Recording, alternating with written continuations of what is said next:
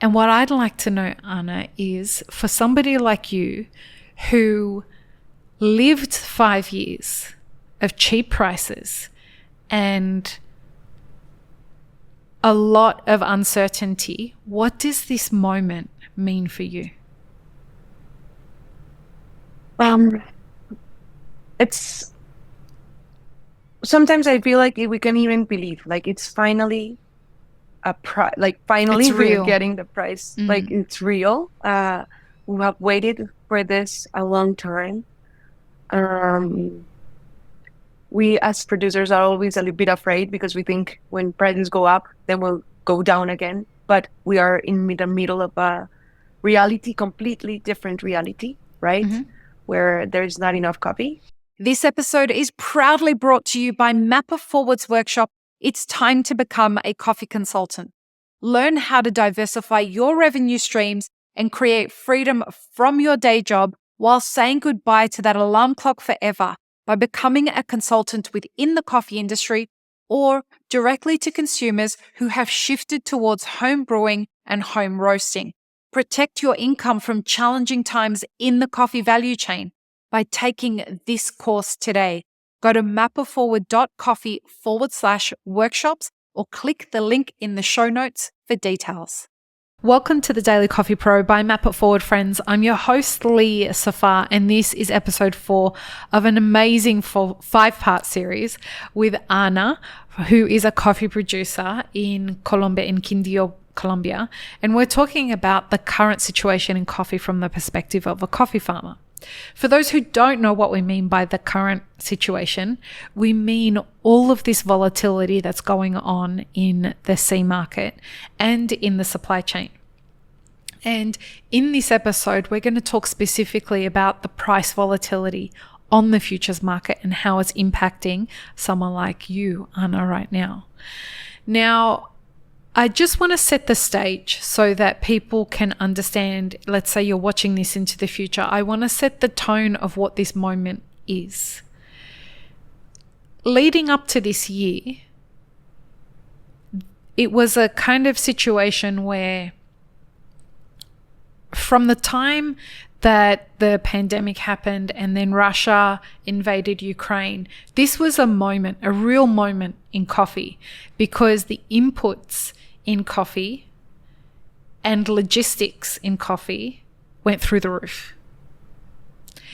And this was the moment when I think it was the last moment before this moment. It determined that this moment was a certainty, because the stress that was being put on the coffee producer to subsidize the price of coffee was no longer tenable.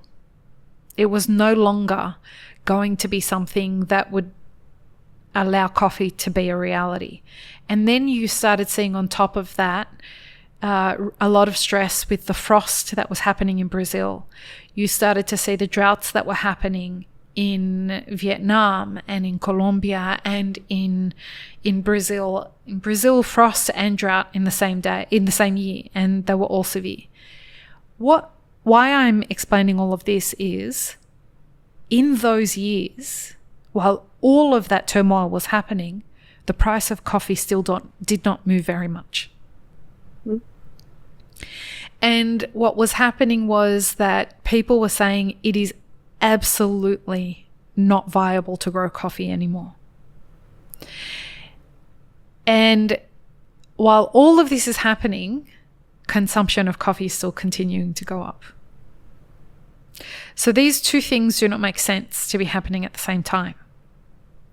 And the consumer is still saying, oh, I love my coffee and I can't live without my coffee. And the coffee producer is still somehow required to still show up for the rest of the coffee supply chain. And while all of this is happening, you have more people leaving their corporate jobs because they hated what happened to them in the pandemic and deciding they just want to open a cafe or a roastery at the time where the market is saturated and profit margins are at 3% net profit for a cafe and 8% net profit for a coffee roastery. Why the fuck anybody would get into coffee is beyond me. And we have been saying it on this podcast since 2018. The podcast has been going for longer than that, but since 2018 is when we started saying this. Because really, that's when I started to understand the deeper depths and complexity. Before that, I was an idiot about all of this stuff. But then November 2024 happened. And in November 2024 was a new moment that injected a kind of hope into all of this. And we knew it was coming. We just didn't know what would really happen. And for me, it was a couple of coffee producers that turned around and said, wait till January. If you think that this was in about September, if you think prices are high now, you wait till January. And it didn't take till January. And now we're in a situation where in one day, the prices could go up and down and up and down and up and down in brackets of 10 cents per jump. And there are big, massive companies out there like the Ecoms and the Neumanns and the JDE Peets and all of those kinds of companies where they have whole departments that trade the futures markets and make massive amounts of money just trading the markets. 10 cents. 10 cents in one jump. Billions a day can be made on that kind of shit. All of this volatility is happening at the same time when people who opened these businesses, when money was free, and they were delusional enough to think that because they make really nice muffins and they know how to brew a V60 at home, that that's a good enough reason for them to go and open a cafe. Because coffee's cheap. And because coffee's cheap, I'm going to do this. And they did their calculations based off what the cost of goods is and how much money they think that they can sell a coffee for. And they're like, there's so much profit in coffee. And they did it. They didn't bother listening to anybody's advice. And now they're in a situation where they realize I built a business on cheap coffee and now there's no cheap coffee. And what I'd like to know, Ana, is for somebody like you who lived 5 years of cheap prices and a lot of uncertainty, what does this moment mean for you? It's sometimes I feel like we can even believe like it's finally finally it's real. We're getting the price. Like it's real. We have waited for this a long time. We as producers are always a little bit afraid because we think when prices go up, then we'll go down again. But we are in the middle of a reality, completely different reality, right? Where there's not enough coffee, where climate change is getting worse, where my grandfather used to say that farms over 1,600 meters above sea level were not for coffee, and now we see that's kind of the not even high altitude now. So all these farms that are below, that are where most of the coffee of the farms that were producing coffee a long time ago and are still producing, are not going to be able to produce for much longer. We're seeing all this devastating stuff going on, and I feel like it's the time for us to at least get the price we how do you say this? But the price that we deserve, exactly. Now that I guess the market is finally seeing that without producers, without farms, without coffee growing, there's no business.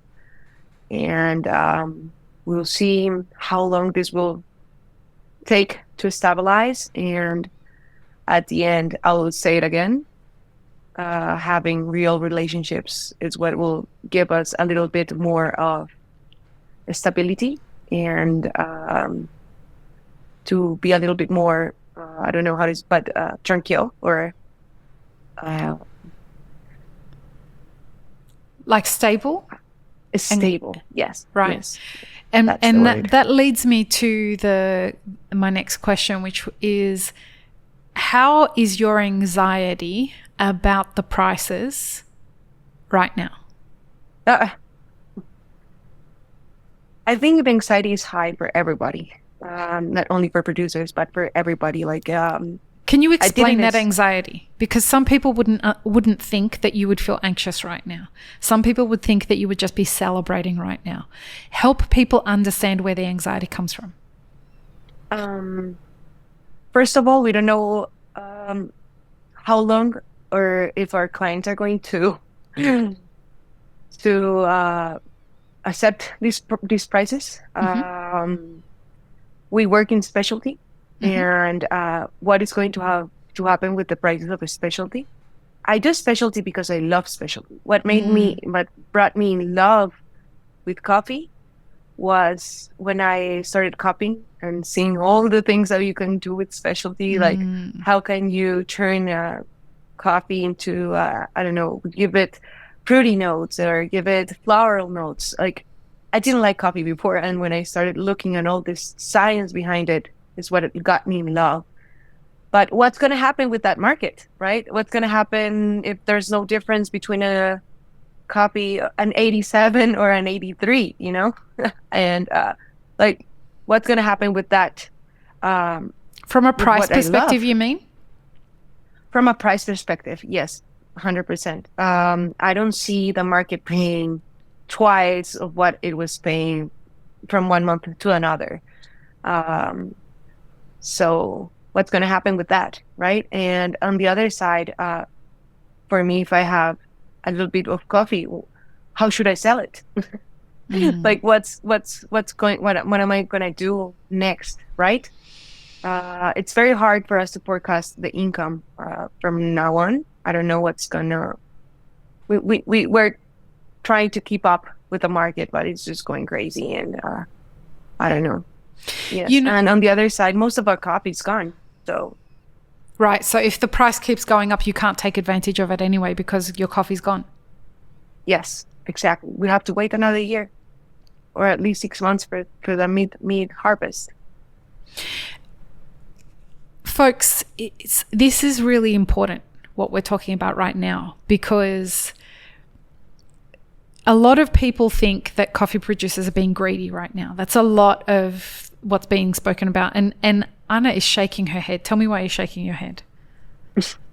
For us, it's just very big uncertainty. Yeah. I mean, we don't have any copy left. One, or a lot of the producers. Second, we want this to be sustainable, not only for us but for all of us. And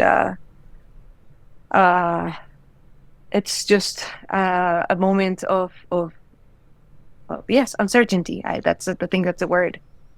So let's talk about historically what's happened when you've had these price rises. So coffee has only ever hit this price 5 other times in history, and it's been very brief.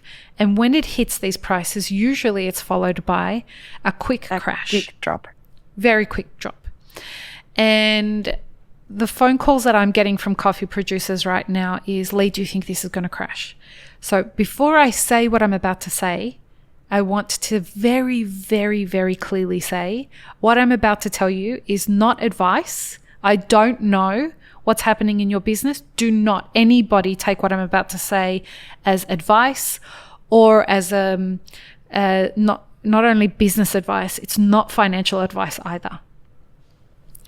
But I have spent a long time asking questions about coffee on this podcast and 20 years in the industry, and the reasons that these things have usually dropped in price is because the reason that pushed the price up in the first place was speculators. Yeah, And not just speculators, it was something unusual that happened that was happening out of nowhere, right? Now, we need to understand if what's happening right now is the same as that. And I don't think it is. What I think is happening right now is we need to take account of the fact that, one, we have more speculators in this market than have ever been in this market ever before. So we should expect at some point that the speculators will sell out of their position, and that will cause the price to drop. But it still requires them to sell out of their position. What are some of the things that would cause them to sell out of their position?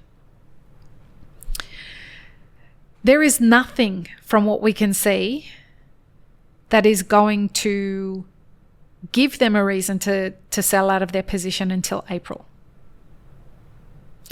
And that's because, and this information was given to me by my friend Felipe.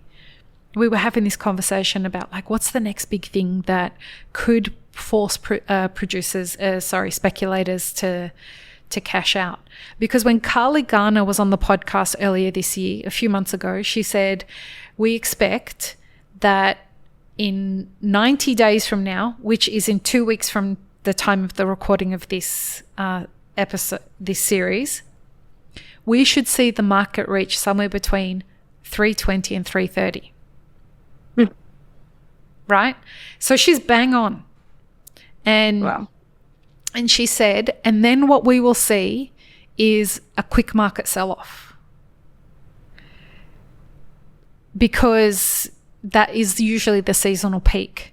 The thing is that there are other forces at play here.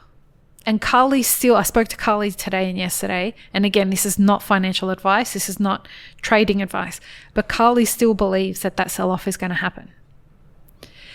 The reason I don't think that it will happen is because in April is when Brazil is supposed to get its first rain.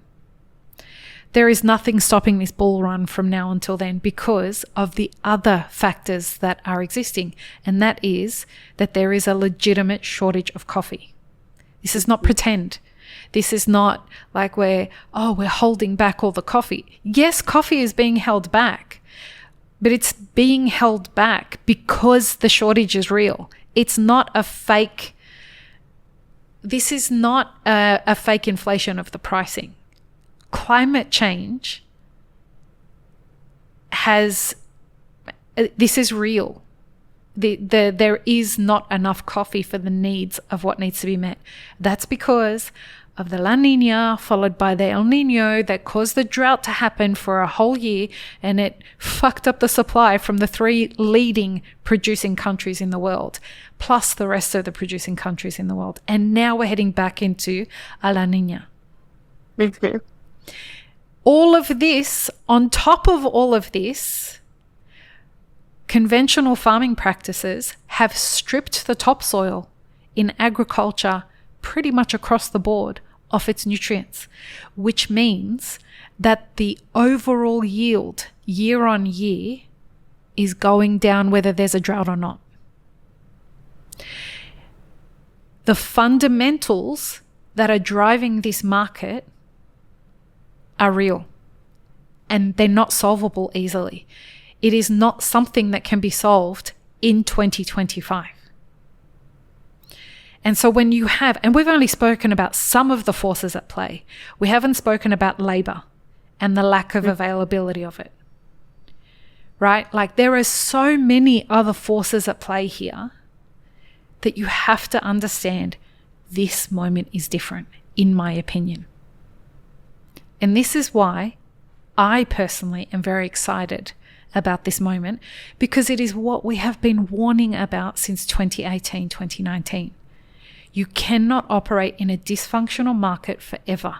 It may go for a long period of time, but eventually, as long as you kick the can down the road and kick the can down the road, eventually the road will end, and here it is. And I may have been early. I may have been predicting it too far in advance, but it's here. And there are too many forces that are in play right now for anyone to be saying, this is going to be over in 2 weeks. Like, this is just a seasonality. It happens every now and then. The market will drop. And then coffee producers will just all go and plant coffee again, and everything will be fine again in 3 years. Yeah, but folks, they can't. The climate's not letting them grow the coffee. The topsoil is not letting them grow the coffee. The land has been sold to property developers. That's the part of the whole thing that people are not realizing. The entire landscape has changed. 100%. Go ahead. Here in Quindio, that's you're describing our reality. Like, it's not even like, it's incredible. You just said what it's 100% happening. All these farms that used to be coffee growing farms are now houses, are now parks, are now touristic places, are doing all other stuff, or cattle maybe, but are not places for coffee anymore. And you can say, oh, easy, just go up, but you can't just go to the forest and land. Start. There's no land to do that. And so that's the reality. We're not gonna keep on seeing our countries add more bags each year of production. That's not gonna be the reality at all. No. And there are people that are saying, well, that's fine. You know what will happen? Because the climate's moving, what you'll find is that governments will see that they can try and grow coffee there. Okay. Sure, but that's still them trying to see if they can grow coffee. It's really not that fucking easy, folks. Coffee grows in very specific environments. So, and I want to add another thing here that needs to be spoken about at this moment in time with this price volatility. If you think that because the C market is at between 320 and 330, depending on what hour it is of the day, if you think that that money is all going to the coffee producers, what I need you to understand right now is everybody thinks this is a gold rush and they are taking their part. Governments are taking their part. Cartels are taking their part. The co-ops are taking their part. The everybody who can possibly. The fertilizing prices are going up. All the inputs are going up because of this. Anyone who thinks that the coffee producer isn't getting fucked every way from Sunday because of this is dreaming. 100%. Yeah, that's something I was going to say. I wanted to say, cost management is getting harder every year to manage, or because of volatile prices. That just makes it impossible to predict or to adjust quickly. And when I feel like I want to do at least what you need to have clear is your cost, right? But with all this change and volatile prices, and then the dollar, it's something that we have to think about all the time too, which is going up and down like crazy all the year. And that will just make your costs change. And it just makes it very hard for us to predict and to manage, and to manage that and to plan ahead for our year. So does what I just said, does it give you some kind of, does it bring the anxiety down a little bit for you, having seen the picture like that? It does. I really hope. I mean, for me, of course, because I know that I'm going to keep on producing coffee. That's what I'm doing. That I'm taking care of my farm, of what we're doing. I really want to keep my space and in a productive way and continue doing business. But it really makes me sad because I feel like there's a lot of people that are just going to go out of business. Across the entire supply chain. Yes, across the entire supply chain. And in the last week, I had so many calls of customers hey, I need your coffee. It's what? It's over. So I don't know what's going to happen. Like that didn't happen before. Now everyone wants a coffee, and our coffee is gone. So, well, we're going to talk about what's going to happen over the next 10 years in the next episode. And boy, oh boy, is that going to be fun. So join us in the last episode of the series, folks. We're going to... I don't know if we're going to make, well, we are definitely going to make some predictions. But once again, I just want to caution you. Ana and I do not know, if you're listening to this, we do not know your specific situation. So none of this should be taken advice. It's just information. Okay? So join us in the final episode. Peace, love, and peanut butter. Have an amazing rest of your day. I really hope you enjoyed this episode, friends. Please don't forget to show us some love by subscribing, liking, commenting, and most of all, sharing this podcast with your friends. Check the show notes for links, including our sponsors and our Patreon, and stay tuned for more great conversations on the Daily Coffee Pro by Mapper Forward.